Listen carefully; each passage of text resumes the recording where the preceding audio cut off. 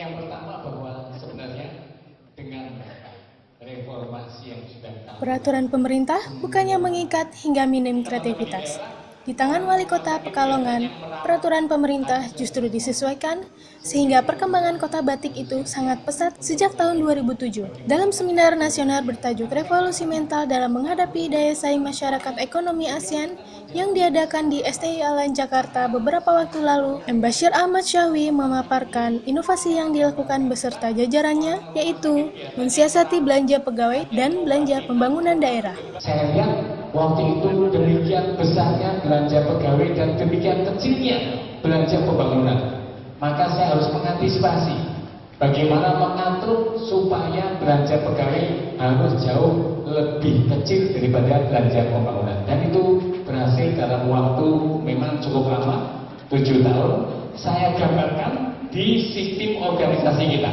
Kita punya 45 kota persegi Kota Pekalongan dengan penduduk kurang lebih 300.000 dengan 4 kecamatan dan 47 kelurahan.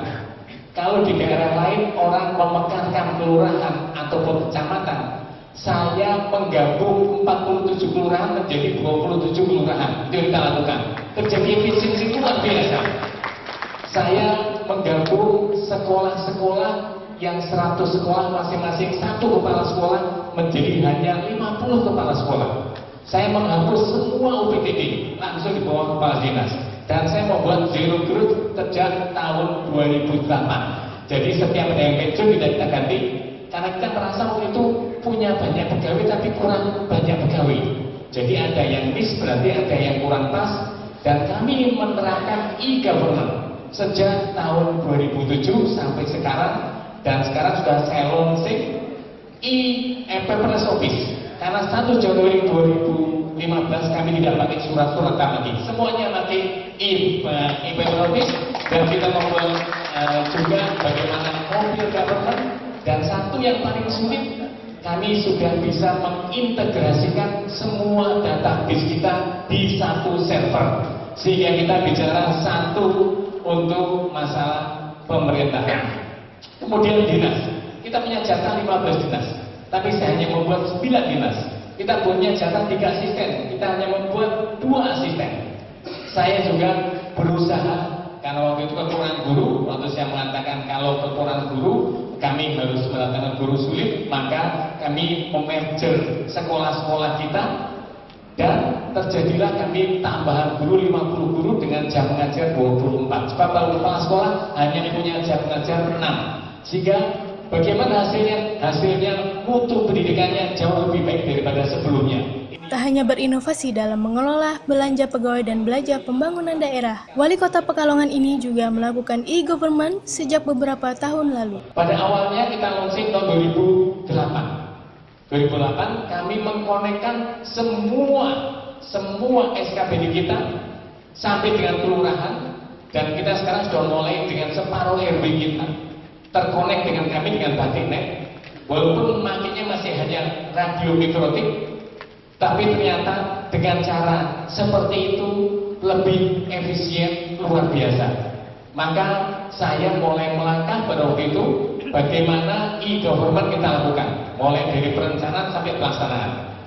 Bapak Ibu Hormati, sampai dengan kita mencoba migrasi, karena pada suatu saat ada razia warnet yang memakai sistem yang berbayar tetapi dia membaca. Pada waktu itu kita lihat, ternyata di pemerintah kota 97% dari enti kita bacakan. Termasuk polisi yang merazia, ternyata di polisian memakai bajakan semua. Jadi ini yang menjadi prihatin. Waktu itu saya melihat apakah ada satu sistem yang tidak berbayar tetapi legal. Dan ternyata alhamdulillah ada suatu sistem yang namanya free open source. Dan kami sejak tanggal 31 Desember 2011 semua sistem yang ada di pemerintahan kami memakai free open source, tidak berbayar. Dan itu ternyata membuka lapangan kerja yang luar biasa, karena ternyata anak-anak SMK langsung bisa membuat SIM, dan akhirnya kita juga bisa membuat penghematan luar biasa. 32 miliar dalam setahun menghemat, karena kita tidak lagi memakai berbayar, tidak lagi memakai antivirus, tidak lagi kita harus membayar loyalty kepada perusahaan yang punya loyalty. Itu kita lakukan. Dan dampaknya hari ini saya katakan kami menjadi percontohan untuk broadband se-Indonesia oleh Detiknas, dan kami memang saat ini sudah menyambungkan semua IT kita dengan fiber optik, tetapi fiber optiknya adalah milik pemerintah, kita pasang di PJU kita. Yang dulu pakai radio mitotik lelet, sekarang jadi pakai fiber optik, dan itu menjadikan hubungan antar SKPD sangat baik. Reformasi birokrasi telah dilakukan pemerintah Kabupaten Pekalongan sejak beberapa tahun lalu. Wali Kota Pekalongan itu pun menyampaikan tips yang dijalankannya dalam menghadapi wacana moratorium dalam 5 tahun ke depan. Saya hanya menyampaikan kata kuncinya. Sebenarnya banyak aturan yang bisa kita akomodir untuk menghadapi moratorium, yaitu dengan menyesuaikan aturannya. Seperti tadi, rumah sakit saya bangun, kemudian kita buat sistemnya BLUD, sehingga dengan BLUD kita bisa mengangkat karyawan cukup baik tanpa PNS, dan ternyata rakyat memanfaatkan luar biasa. Dari Jakarta, Humas dan Informasi Lembaga Administrasi Negara mewartakan.